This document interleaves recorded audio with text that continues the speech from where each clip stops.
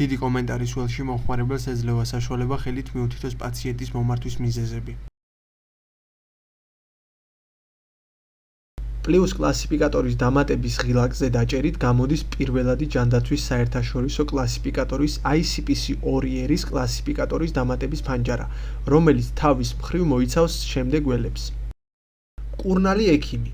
ამ ველში სისტემის მიერ ავტომატურად ხდება მომხმარებლის მონაცემების დაფიქსირება. მიუთითეთ საძიებო სიტყვა. ამ ველში შესაძლებელია კლასიფიკატორის მონაცემების ძიება დასახელებითა და კოდში არსებული ნებისმიერი პარამეტრით. მაგალითად ხველა ან R05.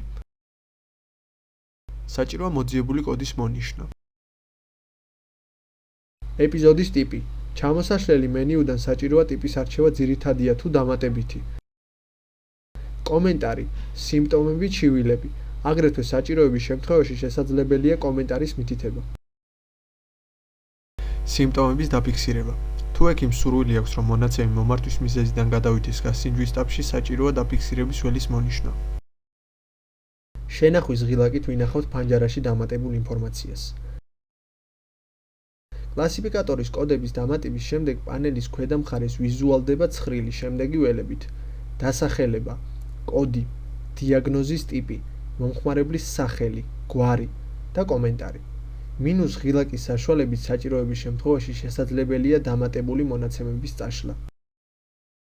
მომართვის მიზეზის ეტაპში განხორციელებული ქმედებების შემდეგ საჭიროა ზედა შენახვის ღილაკით მონაცემების შენახვა.